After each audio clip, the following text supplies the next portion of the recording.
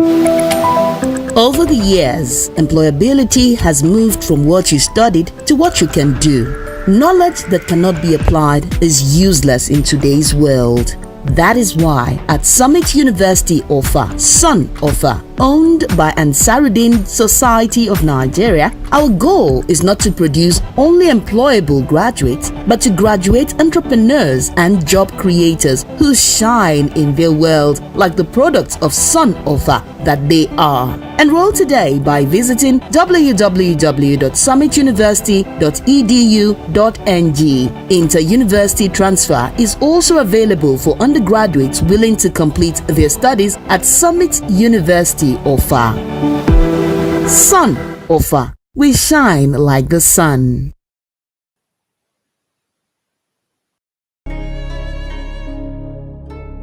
Hi, my name is Farouk.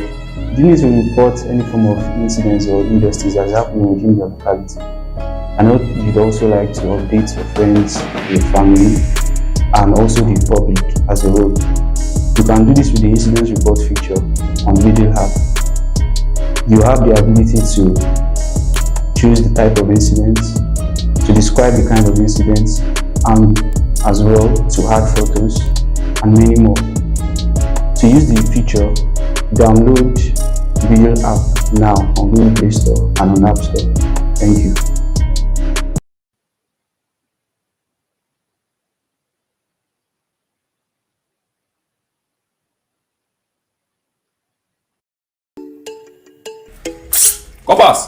Kopas, how are you? We are doing fine, sir. How are you too, sir? I'm fine, as you can see.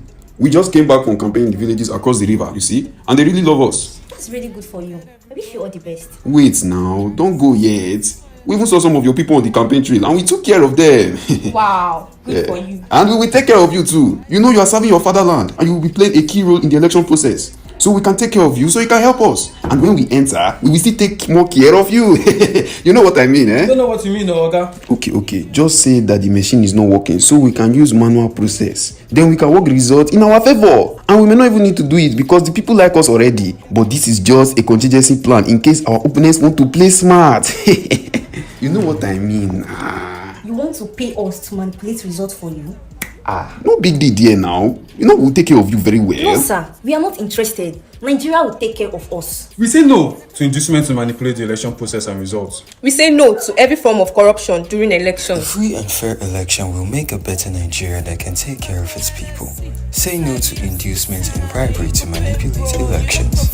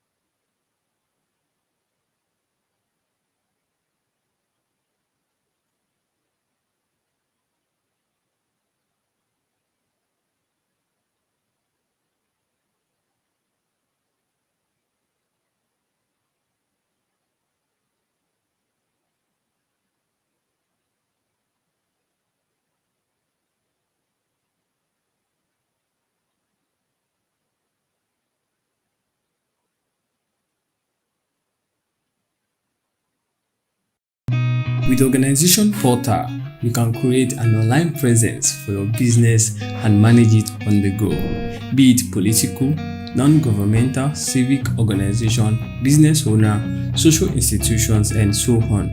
There's room for everyone. You can do more with Organization Portal, from adding team members to creating campaigns, posts, debates, and much more. Get started by downloading Veegil app or visit veegil.com. Veegil, increasing your socio-political influence.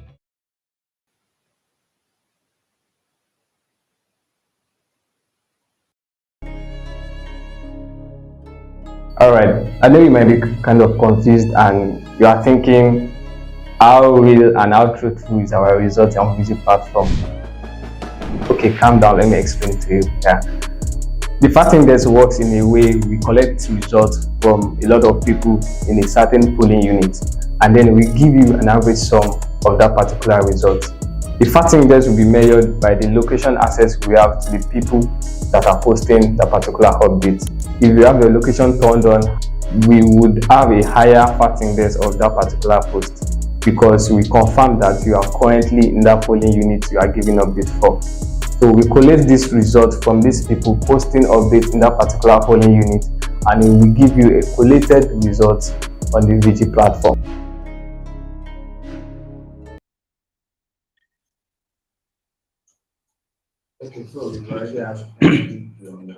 Okay.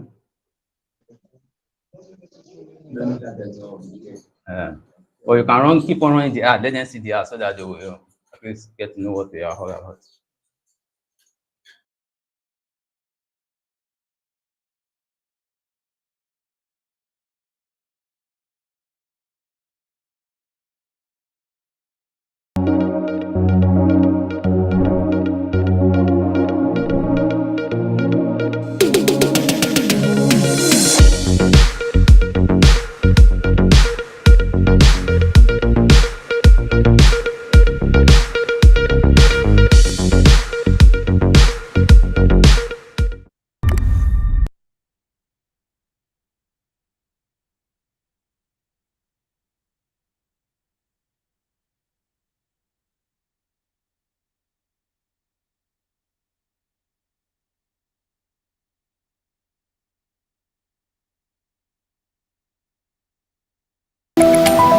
Over the years, employability has moved from what you studied to what you can do.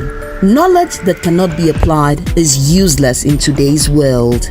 That is why at Summit University Offa, Sun Offa, owned by Ansaruddin Society of Nigeria, our goal is not to produce only employable graduates, but to graduate entrepreneurs and job creators who shine in their world like the products of Sun Offa that they are. Enroll today by visiting www.summituniversity.edu.ng. Inter-university transfer is also available for undergraduates willing to complete their studies at Summit University Offa. Sun Offa. We shine like the sun.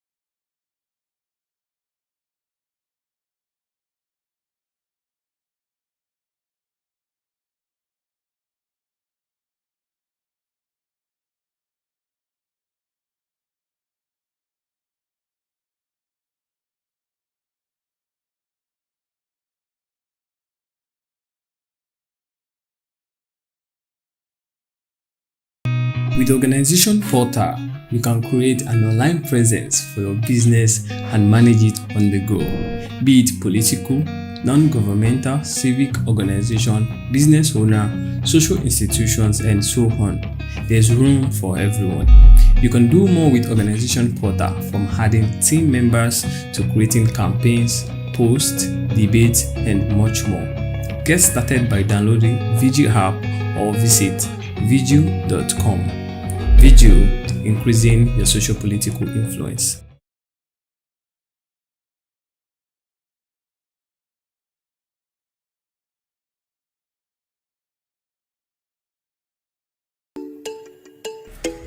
Corpus, how are you? We are doing fine, sir. How are you, too, sir? I'm fine, as you can see.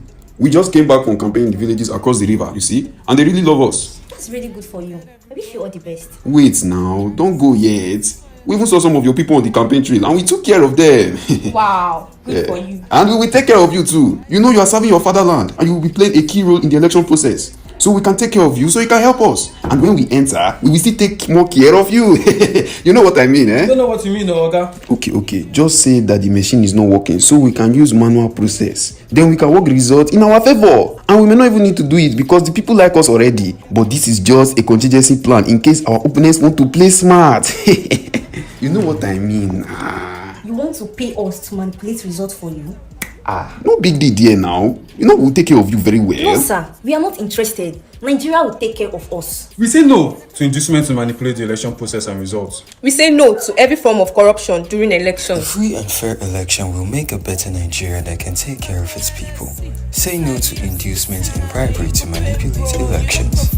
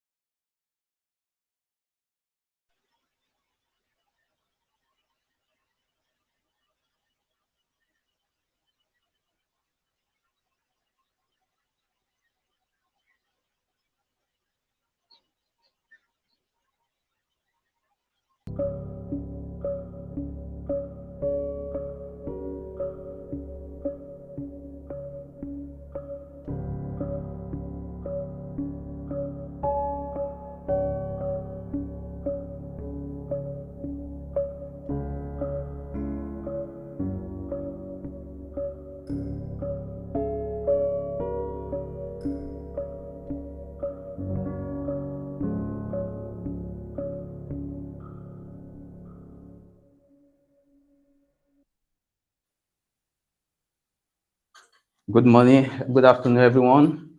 Welcome to this program. This is Election Monitoring Review streaming from Veegil Media, and I am Father Jimmy Samuel, taking you through this program from Lagos, Nigeria. Thank you again for your presence. In our morning session, we had a lot to discuss about concerning the major political happenings in Nigeria, and it's most specifically to the INEC, what roles the INEC play, and our focus was mostly on the presidential election and what was done right, what was done wrong by INEC, and what is the possibility of them making it better in this state and governorship that we have today. So we definitely have much to talk about today, and I would like you all to just contribute your input so that we can know the next way forward. Thank you very much. I have the privilege of having some of our special guests which we are hosting today with me, and I would like to introduce them briefly. Mr. Bumi Adeoye, welcome to this program. Mr. Bumi Adeoye, please, can you hear us? Yes, good morning. Yeah, Mr. Bumi Adeoye, welcome. Thank you so much. I understand that you are a coordinator of Sustainable Livelihood and Development Network in Nigeria, and I really appreciate your input in this program because we actually look forward to your experience. Also, I don't know if you have actually gone out today to see what the election situation in your place is like. You know, basically, we work mostly with incidents reports on the election ground so that we know what's happening, the election development, what are the things put in place, you know, did INEC really comply? So we want to know what the development outside. I don't know if you've had any encounter about the election situation outside today. All right, thank you for having me on this program. Today, yes, I in my area, I've taken time to move around, and I think yes, the elections, the INEC officials arrived very early by 8:24, 8:30. They started arriving, and there are no crises at the moment.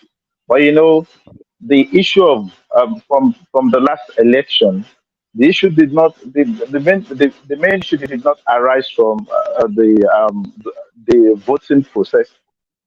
It's the main issue from that election where post voting, you know, after the voting has been concluded, you know, Yes. the failure of INEC to transmit electronically, and that is my Yes. interest in this election because when they failed to do that in the last election, know, INEC lost integrity from my own side, from my own point of view. So I want to see, that is my interest in this. I want to see how they will be able to actually the right or correct their mistake. However, judging by what I've seen around, the turnout is not compared to that election. The turnout is low. I'm at Camp Abeokuta before sharing. The turnout is low generally from what I've observed. At least Yeah. the peaceful. Yeah. All right, thank you, Mr. Bumi. You know, generally we have high expectation of INEC, and but unfortunately, the presidential election conduct, you know, it's really proved also proved also wrong. Many people were disappointed, and you know, there were so many discrepancies, so many shortcomings on the part of INEC, and you know, it doesn't make them look too credible to really transmit, you know, success of this election. But however, we have hope that maybe today's election there will be changes and that, you know, things will take new change. So we would like to look into some of the election process as well, and as well as looking at the voting process in each polling unit and in each country to see if there has been major changes that are transmitted in the few days to come. You know, principally the election was shifted from last week to this week because so that they will have more allowance at least to impute some changes and at least to measure up to people's expectations. So I definitely hope that at least these changes will be implemented today and that today's election will translate to success and give INEC team a good credibility in the sight of Nigeria. So also now I want us to look into some issues. Today, the first issue we want to look at is that will INEC be able to change the narrative for today's election, considering the time structure, the time frame, and you know even considering the structures and the what's called the past infrastructures and what's called the facility they already put in ground to make sure that everything works well. So we want to know now, given this dimension, now, will they be able to effect the change in today's election, and will they really implement what they've been saying so far? We really want to know this, and we want to know how this will translate to today's election. Then also, I also want to know basically the beavers. You know, most of the complaint the previous presidential election was that the beavers was either hacked, it was malfunctioning, and it was not either program where to meet the challenge of the day. But now I want to know if the beavers is actually working well today, and to know that yes, the people can easily access it and they can easily transmit today's election without delay and without hitch. So I don't know, Mr. Bumi, what's your take on this observation, please?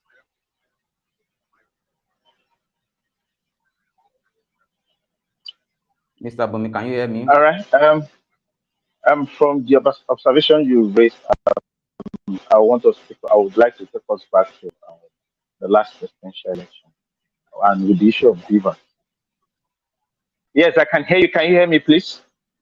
Yes, I can hear you. Can you hear me? Yes, I can hear you. Hello? I can hear you. I can hear you. Hello? I can hear you. Can you hear me? I can Hello, hear you. can you hear me? Go ahead, please. Yes, Hello, I can you can hear hear me? you. I can hear you. Okay. Okay. Let me take us back to the last presidential election. Okay. Let me take us back to the last presidential election. In respect of the beaver. In respect of the beaver. Okay. I can hear you. All right. With res- with respect with respect to with respect to the beavers. What? Okay. Can I proceed Hello. now? Yes, proceed.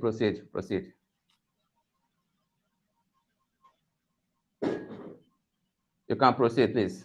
Can I go on? Yes, go on, Mr. Bumi. I'm with you. Go on. I'm with you. Go on, Mr. Bumi.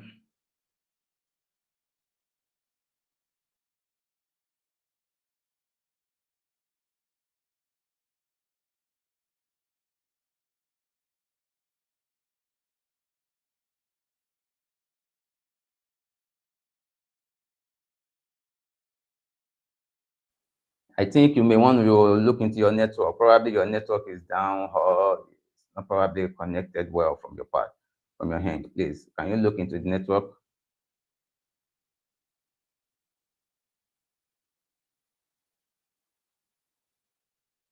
Mr. Bumi.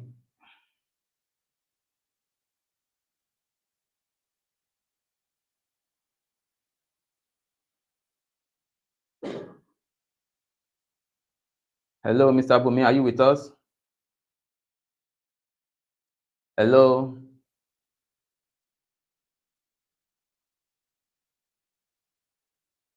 Mr. Bumi, can you hear us?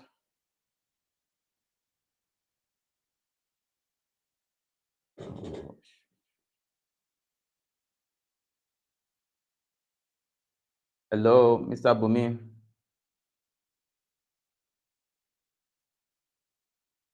Hello?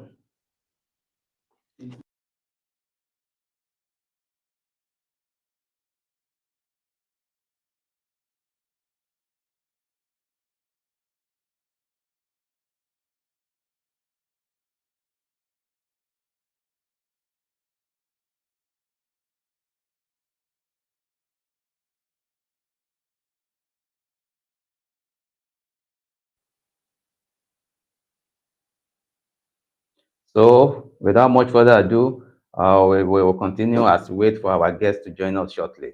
We'll be taking an in-depth analysis of the major happenings in Nigeria in the political landscape that has culminated into what we are having today. We all know that election process is a sought out task that everybody they all look out for, so that they can effect the change and they can exercise their civic franchise by casting their vote for their desired leaders, and that they can also show that yes, the power really resides with the people. So today we are looking forward. Oh, good. I think one of our special guests is home with us. Mr. Henry, can you hear us? Oh, shortly. Okay. So Now, we. Can you hear me now? Okay, yes, I can hear you now. I can hear you. Can you hear me? Yes, I can hear you now. Yes, yes. I think there was a network downtown your place earlier. Okay, please. I don't know. Can you still recap and go on? Yes, yes. Okay. I will recap I'm with and go you. on. You are talking in respect of INEC preparation to improve service delivery or to improve the process of this Okay. gubernatorial election. And Yes. from my observation, I would say the time frame between the last election and this election will not allow that, because one, the expertise involved in the handling of those materials by ad hoc staff, the expertise involved, they are not well trained. Let me say, and I'll give an instance. Somewhere in Shodeke area in Abeokuta, where the core members involved, they they conducted election. They failed to do accreditation with the beavers. They failed to do accreditation with the beavers, and maybe they were not trained. I don't know. They failed to do accreditation. The moment they just confirmed that, oh, the person that wants to vote, what's it called, a card is on the system. They did not validate. They did not capture, not take fingerprints, and they were conducting an election until around 1 p.m. When their supervisor came around, they complained to their supervisor that the beavers is not functioning very well. So the supervisor came around and trying to test the machine, and the supervisor discovered that the machine is functioning properly. That was around 1, and the election was closed by 2. And people already voted. And I said, they have not been doing this before. And they said, no wonder the election process in their center is fast. They had to beat those INEC ad hoc staff, the core members. They beat them, and the police had to rescue them and put them and take them to the police headquarters. So, as INEC done retrain of the staff involved in the last election and this election, no. Now, our electoral act from the last election, you will discover that there are lacunas, there are gaps within the electoral act that indulge INEC. So, if these things are not addressed, we cannot have a viable gubernatorial election. There is a likelihood of repeat of the same thing we experienced during the presidential election to reoccur at this particular period. So for me, I'm not expecting INEC to do much, because the problem with our electoral process is fundamental. It is rooted in the electoral act. Okay, for instance, the issue of transmission of results. INEC said in the last election that it can transmit electronically or manually, as and the impression they gave all of us, transmit electronically. But what we saw was a manual transmission. And put that aside, even the result uploaded, a part of the inadequate training. If you look at the result uploaded using the beavers, most of them are blurry. You cannot even pick what is written there. These are basic training that INEC needs to give to the ad hoc staff. Now, between then and now, did they retrain those the ad hoc staff engaged? No. We have to look at even the engagement process of these ad hoc staffs that we mentioned. Some of them are even it is from the list submitted by the politicians. So they have come to do the bidding of particular political parties. So do we have we removed them from the list of ad hoc staff? No. So to me, I'm not for me to be expecting INEC to do a change from what happened in the last election in this election. No, it will be frustrating for me to expect that. So for me, I am not expecting INEC to do any magic this time. Okay, thank you, Mr. Bumi, for your input. Please, I would like to welcome Comrade Henry. Comrade Henry Ashogbon, how are you today? Thank you for joining us. Please, can I hear from you? Yeah, I'm fine. I'm fine very much. Yeah. I'm fine, you? Thank you very much. Thank you for having, thank you for giving us your time today. Actually, I don't know, have you been able to go out today to see how the election process is around your area? Actually, the election, the process is going on smoothly. And as I'm speaking now, we've not had any issue of snatching of ballot boxes, intimidation, victimization. But I just want to spice what the earlier speaker said as touching INEC and the expectation from INEC. I think the last election, that is the presidential election, INEC actually fumbled. That's just the fact. Because INEC ought to have prepared so very well for this election. And from my own view, I think INEC has not prepared very well from this for this election. And if you look at the ad hoc staff, the NYC, employed to actually carry out this job, you see that most of them are not well trained, especially on how to make use of these beavers and how to make use of these gadgets. See, I think INEC still needs to train and retrain some of these workers very well.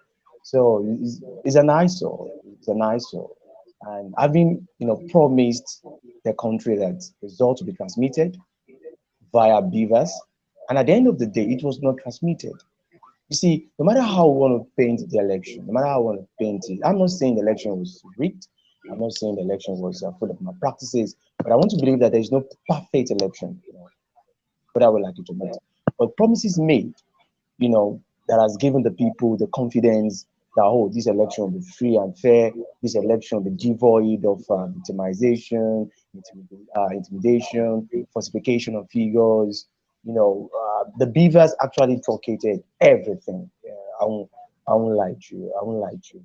And if you look at the turnout of people in this governorship election from my own area here, is not, compared to what we experienced in the presidential election. I think people are not even trying to come out to vote. People have lost interest in this electoral umpire. Of course, if you look at, I think in Bayelsa State, I saw it on TV, where some women were protesting that they are not voting due to the fact that the last election didn't give them any confidence. You see, of course, the INEC chairman tried. I won't say he didn't try. He tried all he can, but the beavers actually, destroyed everything. And when you look at the results, the result form, you see that there are errors, alterated, things like that. For me, I think the presidential election wasn't, conducted well to give the people the impetus to come out for this governorship election. So I'm not even expecting magic from INEC because I want to believe that they are not mature. Let me use that word. They are not mature, in terms of digital, in terms of technology, to run this election. And running this election via digital, I don't think it should give us any problem at all. If we can have all the banks, communicating with their customers, and we can actually generate our BVN via a particular code. So I think casting our votes shouldn't be a problem. Since everything is now on the database, all we need to do is, if you want to cast your vote, is there any code for us to actually dial that actually, once you dial it, that's all. You see, I don't think all this issue of technology bringing in beavers into the election process is not working. That's a fact. It's not working. We've seen it in the presidential election. And I want to believe in this governorship election, if care is not taken, we are still going to experience the same thing where you have some ad hoc staffs saying that there's no network to actually transmit the results. You have issues of course, we'll have same issue. Just write it down. We have same issue where they will tell that there's no network to transmit the results, and some INEC officials are not even well trained on how to transmit this result. So I think these are some of the challenges we are facing as a nation. All right, thank you, Comrade Henry. Thank you so much. Irrespective of the glitches with the beavers, I think I would say from my own point of view that INEC is not fully prepared for this election, given the time limit and the duration they've had to prepare. And also, one other thing I actually noticed is that even they were not giving the fund. Fund was not released to them on time. I think from my findings, I got to hear that the federal government gave them the fund at I think 2 days to the election, which is not right. So that one halted and it really impacted their mobility and logistics in so many ways. And I also feel some of the hard hoc staff, like what I said earlier in our first program, then they were not so well. They were not well trained. They were not given priority. And no, when it comes to their fundings, they didn't receive. Some of them were disgruntled. So they don't even have the motivation. They lack the motivation to give the election their best. That's from my home view. But however, given the time limit now that the INEC has given us, that they want to make amendments at least to meet up with our expectation generally, I feel that today's election has a long way to show how prepared they are, and if they really want to show that they are credible to fly it. Then also, I don't know if the INEC, the hard hoc officials today, maybe how motivated they are and how prepared they are to make sure that they conduct this election process today. I don't know. Mr. Bumi, please, can you give us your view on it? I want to know if the hard hoc staff today, they are really motivated.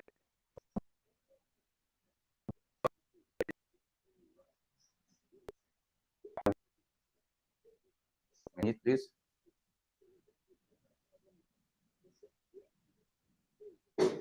Hello, Mr. Bumi. Okay, Mr. Henry, I don't know what's your take on this about the hard hoc staff. What do you feel today about them? Do you feel they are fully committed? You see, I believe every worker deserves his pay. That's a fact. And what actually motivates anyone to do a particular job is when they are well remunerated. And if these ad hoc staffs are not well remunerated, then we continue to ask ourselves a fundamental question. Are they going to discharge the job? Are they going to do the job? Will other political parties not use that as opportunity to influence the outcome of the election? Because now that we now heard that these people are not paid, or probably are not well paid, I think it is a signal sent to political parties, you know, people, personnel who are trying to truncate the result of this election. So I think there's an opportunity for them to actually influence these people, pay them, because of course, when I was serving NYC, we've had this issue where you have some politicians coming with brown envelope, giving it to other staff in order for them to influence and to actually carry out this electoral malpractice. So I think that every worker deserves a pay. And if INEC is now telling us at this particular time that money was just released 2 days to an election, I don't want to buy that. I don't want to buy that at all, because the beavers, the preparation for all of this is running into billions of naira, billions of naira. So the question is, we didn't use beavers in the last election, and this election now, we don't know if we're still going to make use of the beavers. So the money allocated for these beavers, how far about it? How did it go? You see, these are questions we need to ask ourselves. So INEC has no justification.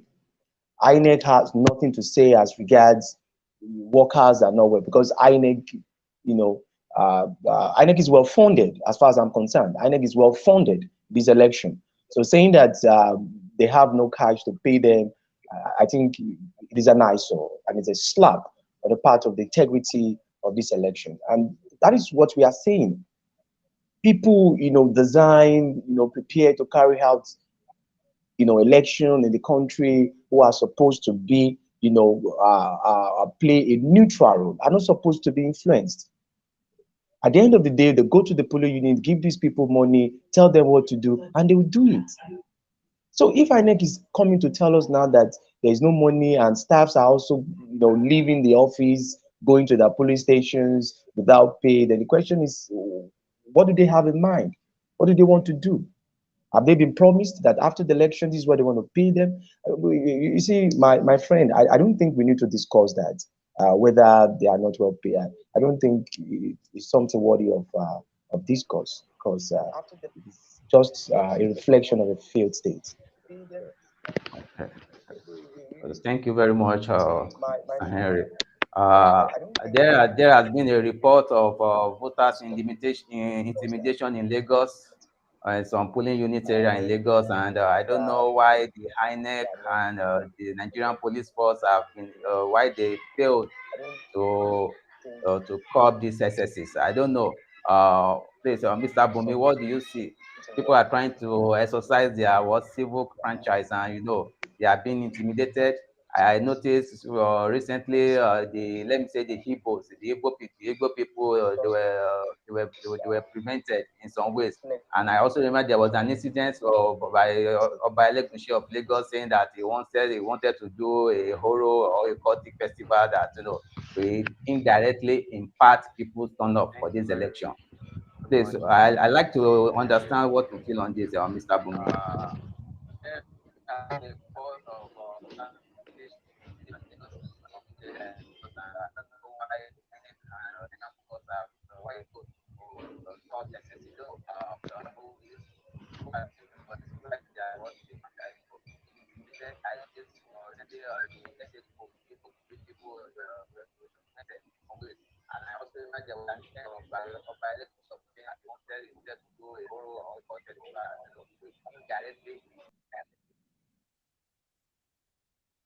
Hello, Mr. Bumi, can you hear us?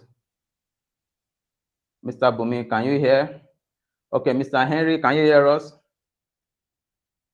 Hello, Mr. Henry. I can Hello, hear you. Mr. I can Henry, hear can you. you hear? Yes, I can hear you. Okay, Mr. Henry, in respect to the question I just said, please, I don't know, I want your view concerning the voters intimidation in Lagos presently, and why the INEC officials and the Nigerian police has failed to curb these excesses. This that will directly impact people's people's turnout in various polling units, and this will not translate to what credible democracy is all about in Nigeria. Please, Mr. Henry, please, what do you feel can be done to curb these excesses actually? You see, until when the government take it seriously to punish electoral offenders, until when the government sees it as a point of duty to punish those who violate the rules of engagement, we shouldn't expect, a stop of political victimization and also intimidation, because people now have this mentality that whatever they do during the election, they go scot-free, and there is no, no court case, no prosecution of those who are alleged to have truncated the process. So until we have a system, we have a system that says that, okay, after the electoral process, what are the things we need to look at? What are those who actually violate the laws? What are we supposed to do to them? Take them to court, if and court gives its judgment. So until when we have something like this, you see, because when we begin to have things like this in our society, then it passes a message to those who have the intention to truncate the system that, oh, after the election, this is what will happen to me, this is what will happen to me. But what we have seen over the years is that people come out, publicly to deliver hate speech. People come out, publicly to say that they will truncate the system without fear that, oh, I'll be apprehended. So until we have a good, working system whereby electoral offenders are prosecuted and are sent to jail, I think we shouldn't be talking of a stop in the political intimidation and victimization. And when we talk about political victimization and intimidation, it's not peculiar to a particular political party. It's of the various parties: APC, PDP, Labour Party, of course, these three major political parties, as far as Nigeria is concerned now. So all of these parties also are engaged in, all of these harassment, and so on and so forth. But I just feel that in Lagos now, like you've just said that there was a report now that some persons, the Igbos, are actually, intimidated. I don't want to subscribe to that fact because when we continue to say things like this, what we are trying to fan, we're fanning, tribal tension, tribal war. As far as we are Nigerians, we all have equal rights. Whether you are an Igbo, whether you are a Yoruba person, whether you are an Hausa person, we all have, equal rights. But I think what's, from what I've been reading on Facebook, before this election, the Yorubas are claiming that they own Lagos, or sorry, don't let me use the word claim. Saying that this is their land, and you have the Igbo saying that probably the land does not belong to, it belongs to everybody. I think these are some of the sources of these political tension. We shouldn't be allowed, because we are all child of history, and we should understand what geography is actually talking about. When you have the indigenous settlers, particular place, I think we should give them some element of respect.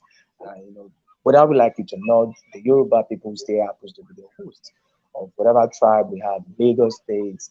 And I think the Yoruba people are very accommodating, and for Igbos to have stayed in Lagos for donkey years now without any tension, without any war. But each time we have election, we normally go back to our tribe.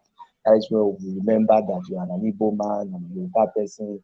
So I think we shouldn't, amplify this issue of victimization of a particular tribe. I don't think we need that for now. But if we are saying that, oh, some Nigerians were intimidated, I want to buy that idea. But we, trying to say that a particular tribe, I don't think is healthy for the nation as we speak. Thank you. All right, thank you, Mr. Area. Mr. Bumi, can you hear us now? Are you with us now? Hello, Mr. Bumi, are you with us? Oh, Mr. Bumi. Mr. Bumi, yes, I can. I am with you now after the network glitches. Okay, all right, okay. Well, this 2023 election, from the general perspective, there's this belief that there's this general belief that it is between. But the network in my area seems bad now. Okay. Anyway, I'll go ahead regardless. But if you can hear us, it will be good, please. There's this general belief that this 2023 election is basically between the Igbo people and the Yoruba people, and Yoruba and Muslim. And I didn't get that. Them together. Hello, can you hear me? Can you come again? I didn't get that. Now, there's this general belief that is going around now that this 2023 election. Please come again. Come again. I didn't get that. There is this general belief.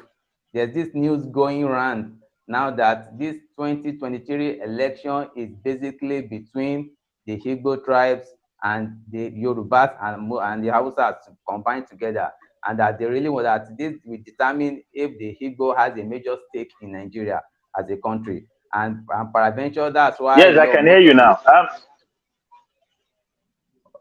Okay, can I go on?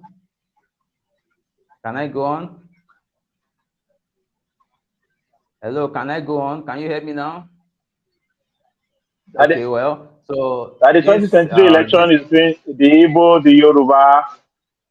Yes, and the Hausas. And now the Yorubas and Hausas combined together, you understand, and that the Igbo now are alone, isolated on their own, and that now that the Igbos are trying to be sidelined when it comes to the political. No. Yes, let me. If I get what you are trying to Yes, go on.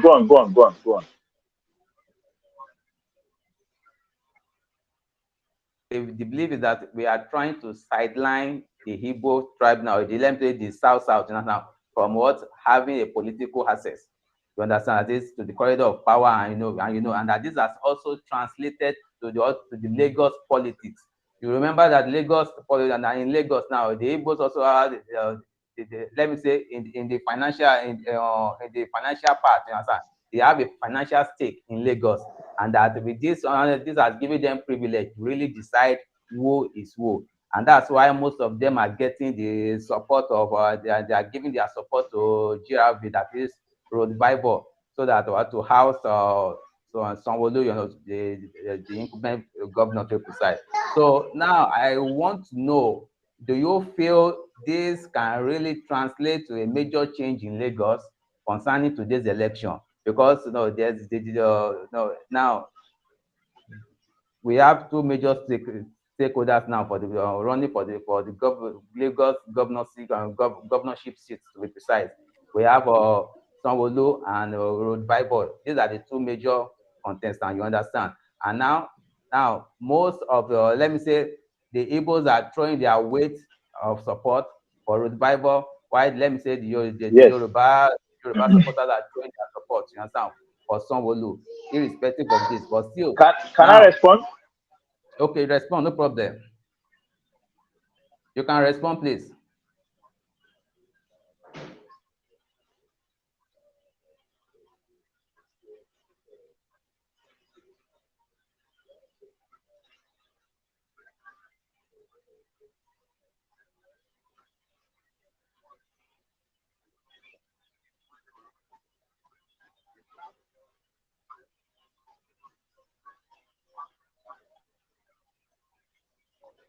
To at least narrow down this issue or this bottleneck, so that at least things can measure up to standard and expectation regarding to this election.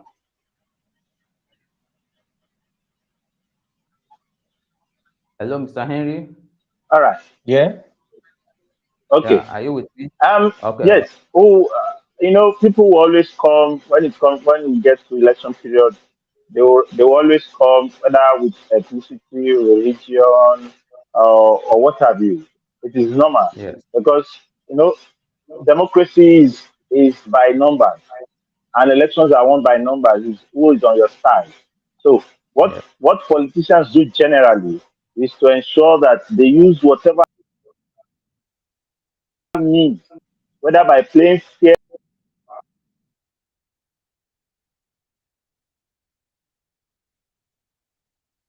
Okay. I think there's a break in transmission. Hello, Mr. Bumi. Oh, Mr. Henry, please, can you take over? And please, let's hear your view concerning this, please. Thank you very much. Let me quickly say that a particular tribe is not sidelined as far as Nigeria is concerned. No tribe is sidelined. This is a democracy which has to do with a majority. This is government of majority. So I don't want to subscribe to that the Igbos are sidelined as far as Nigeria is concerned. And if you look at the Igbo people, the Igbo tribe is a wonderful tribe, whether we like it or not. Economically, politically, they are there. And of course, that takes us to when we got our independence in 1960. And of course, we can also see the role played by Nnamdi Azikiwe, when it comes to the making of this country. So these are persons who have contributed immensely to the development of this country.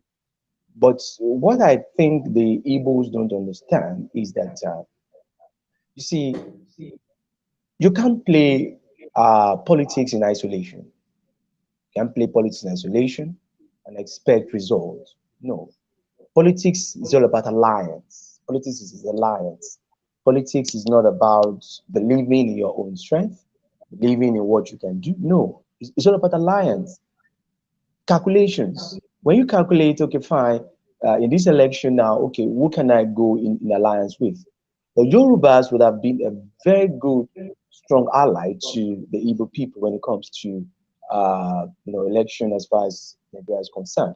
But we've always had this issue whenever election is coming up. We have the Igbos and Yorubas always at loggerheads, attacking one another.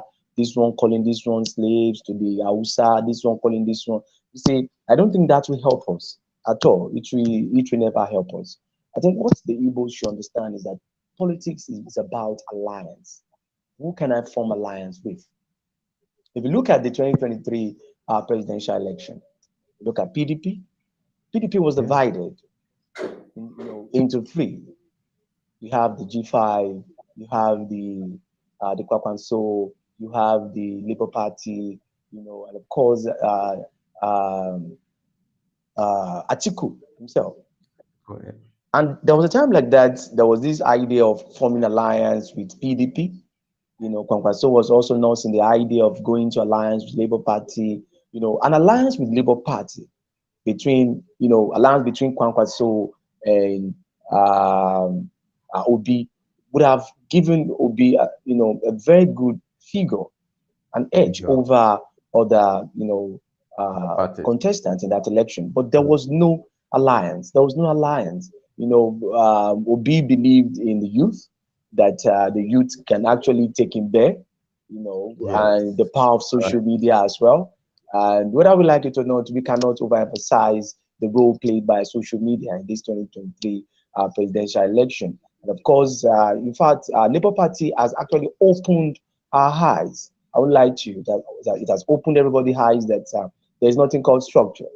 There's nothing called structure. The structure is the people. In as much as you have the people, then you surely win an election. So it was an eye opener. And I think that actually truncated the chances of Obi to become the president of Nigeria. So Obi didn't do it math very well in terms of alliance. You see, relying solely on on the youth. Fine, relying on the youth is also important. Is also good. But it needs to make an alliance, political alliance. The 2015 election, APC didn't win that election, under the umbrella of APC alone.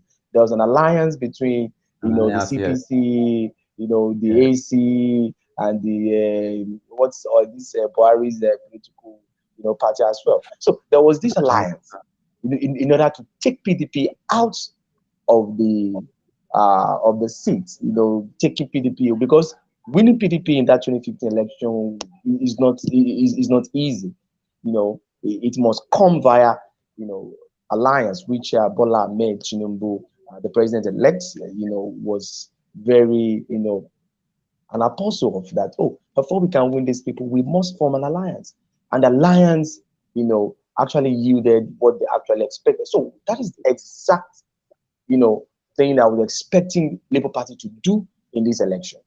And if you look at this election, whether we like it or not, I've told some of my friends that, look, this election is going to be based on regional base.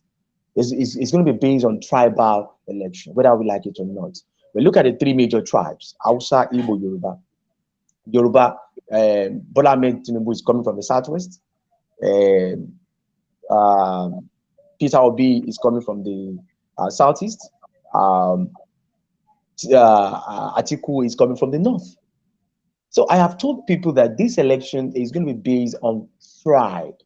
You see, because if you look at that election, in the Yoruba party, people began to talk about Mowani, Awalokon, this and that.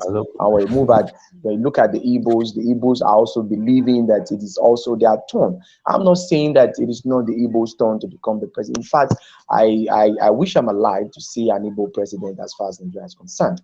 And I'm not against them, or probably trying to say that Igbo can never be the president of this country. And some persons are believing that because of the civil war, Igbo can never be the president of Nigeria. No, that's a very wrong notion.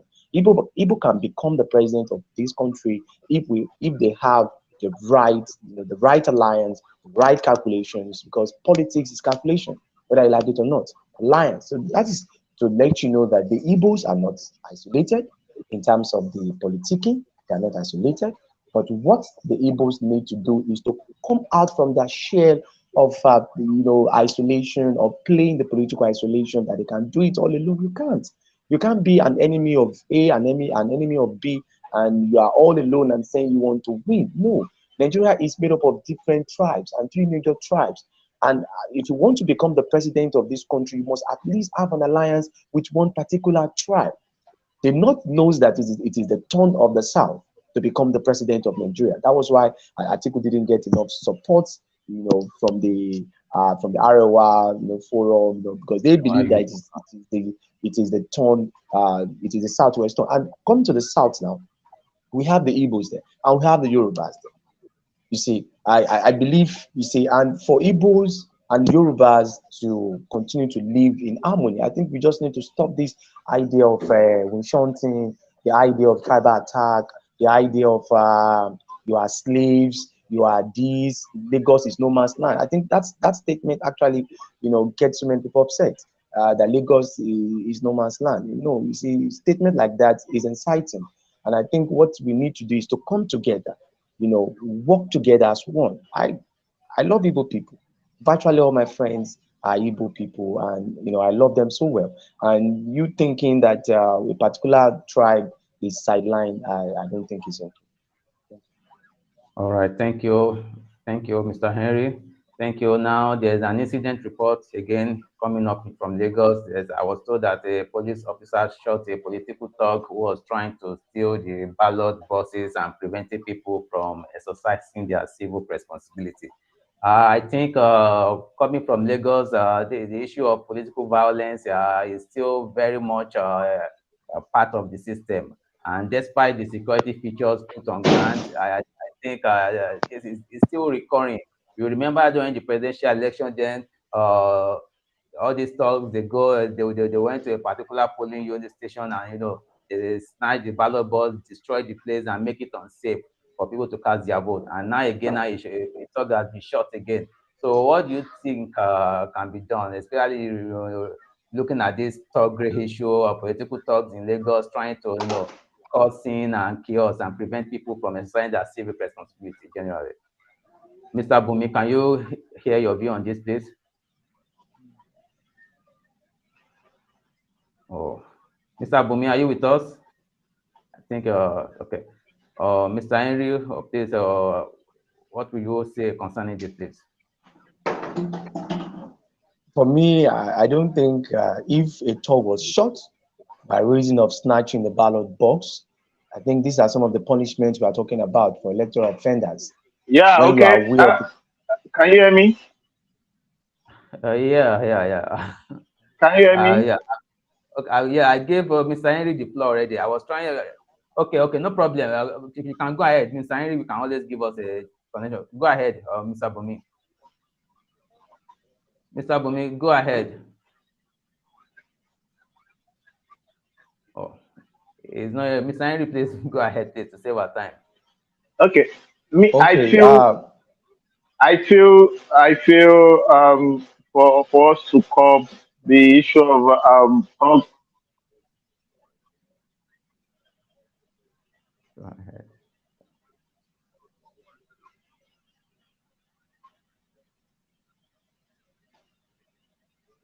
Hello? Yes. Okay. Mr. Henry, please, can you continue with the floor, please? I think for us to curb the issue of thuggery during election, the adoption, we should adopt the voting holistically. If you are voting from the comfort of your home,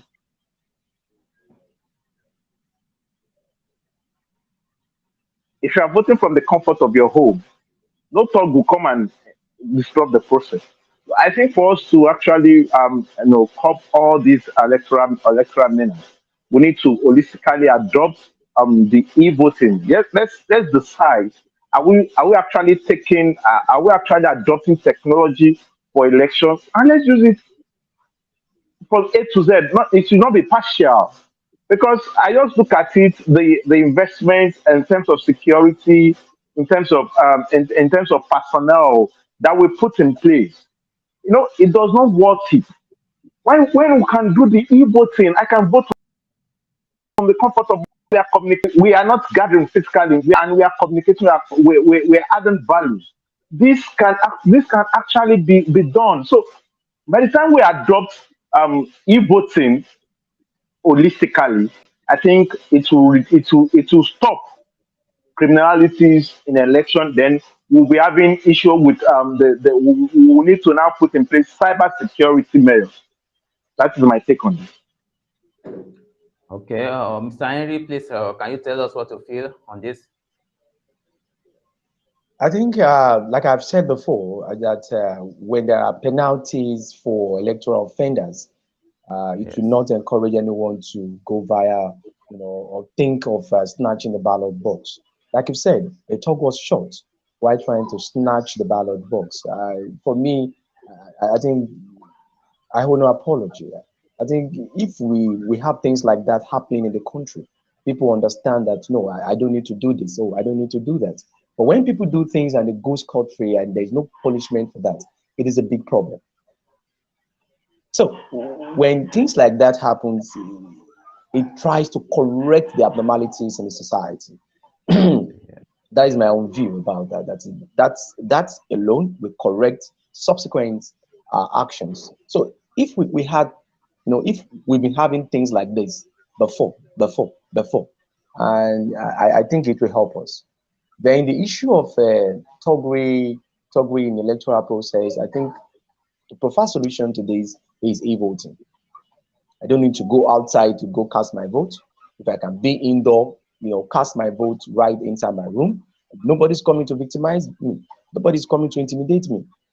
If I can cast my vote via a code, everybody has its own BVN,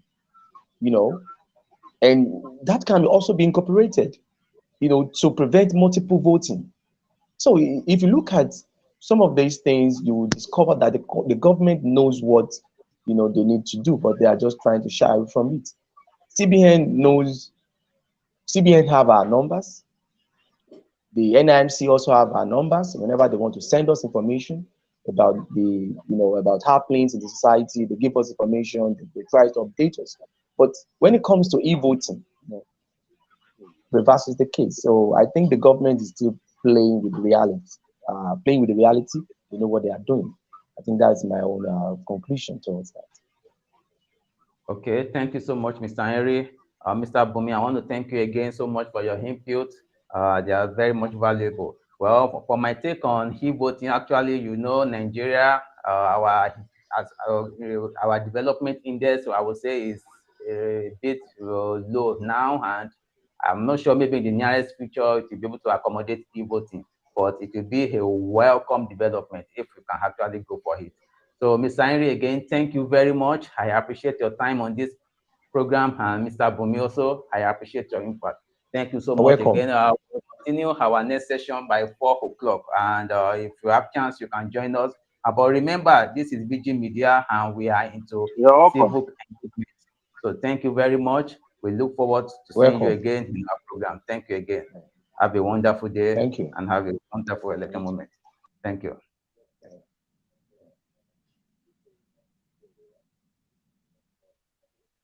Finish. Yeah. So how is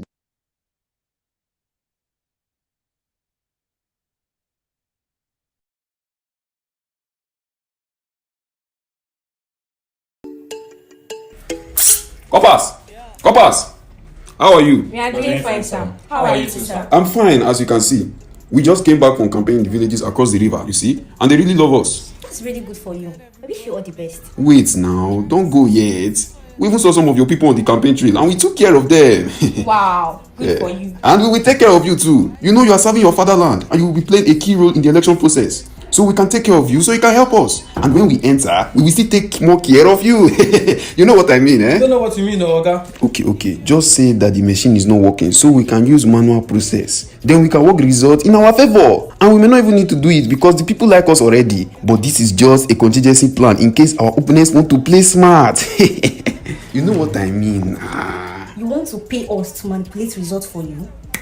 No big deal there now. We'll take care of you very well. No, sir. We are not interested. Nigeria will take care of us. We say no to inducement to manipulate the election process and results. We say no to every form of corruption during elections. A free and fair election will make a better Nigeria that can take care of its people. Say no to inducement and bribery to manipulate elections.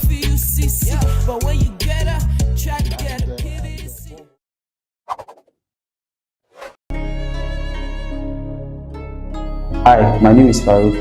You need to report any form of incidents or injustice that's happening within your locality. I know you'd also like to update your friends, your family, and also the public as a whole. You can do this with the incident report feature on Veegil app. You have the ability to choose the type of incidents, to describe the kind of incidents, and as well to add photos and many more. To use the feature, download Veegil app now on Google Play Store and on App Store. Thank you.